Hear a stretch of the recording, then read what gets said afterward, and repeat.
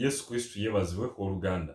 Akubuuzaako amannya yenze Kabwana Frank okuva mu Hope in Christ Ministry. Bwe weesiga Mukama osobola okuwangula abantu abalala bye balemeddwa okuwangula.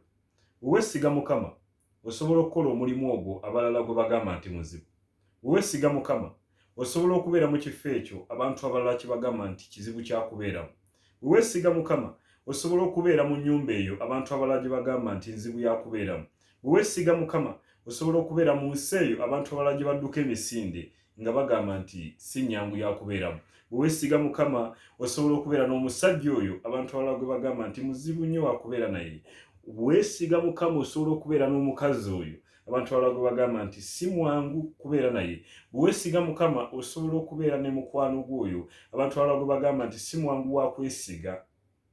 Bwe weesiga Mukama osobola okubeera mu kifo ekyo abantu abalala kye badduka emisinde nga bagamba kizibu kya kubeeramu. Bwe weesiga Mukama osobola okufuna obugagga awantu ng'abalala baddukawo misinde nga bagamba nti wazibu nnyo wakolera.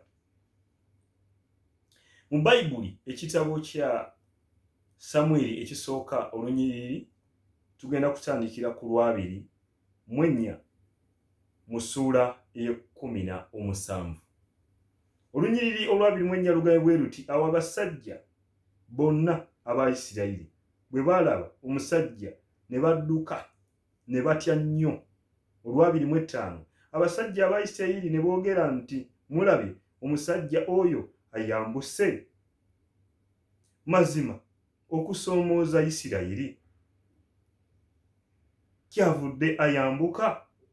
Awo olunaatuuka omuntu anaamutta kabaka anaamugaggawaza n'obugagga bungi era anaamuwa ne muwala we era anaafuula ennyumba ya kitaawe okuba ey'eddembe mu Isirayiri.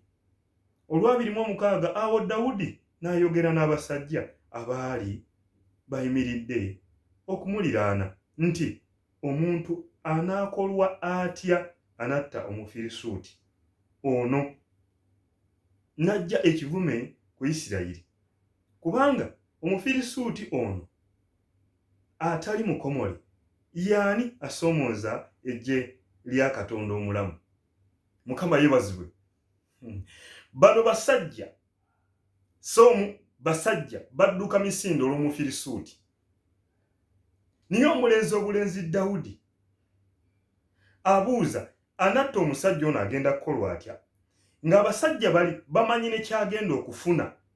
Kabaka agenda mugaggawaza amuwe obugagga bungi ne muwala we, n'ennyumba ya kitaawe egenda kuba ya kitiibwa oba egenda kuba ya ddembe mu Isirayiri.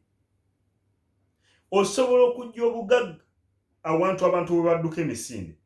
Dawudi mu bulenzi bwe era mu buto bwe mu kunyoomebwa kwe yagenda n'alwana n'omusajja Omufirisuuti n'amutta. Bonna we badduka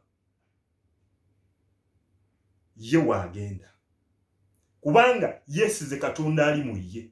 Bwe weesiga Katonda wo ali mu ggwe osobola okubeera mu kifo abalala we badduka emisinde. Osobola okuwangula entalo abalala ze batidde ne badduka oba ezo ezimezze abalala, entalo eziwangudde abalala, abalabe abalwanye n'abalala ne babawangula, gwoba ojja bawangula kubanga weesize Katonda ali mu ggwe w'amaanyi.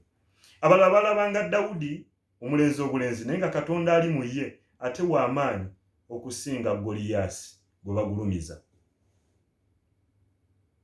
Banagenda okukimanya nti Katonda gw'olina munda mu ggwe w'amaanyi okusinga ekizibu ekyo nga kiri tuleeti omaze okuwangula.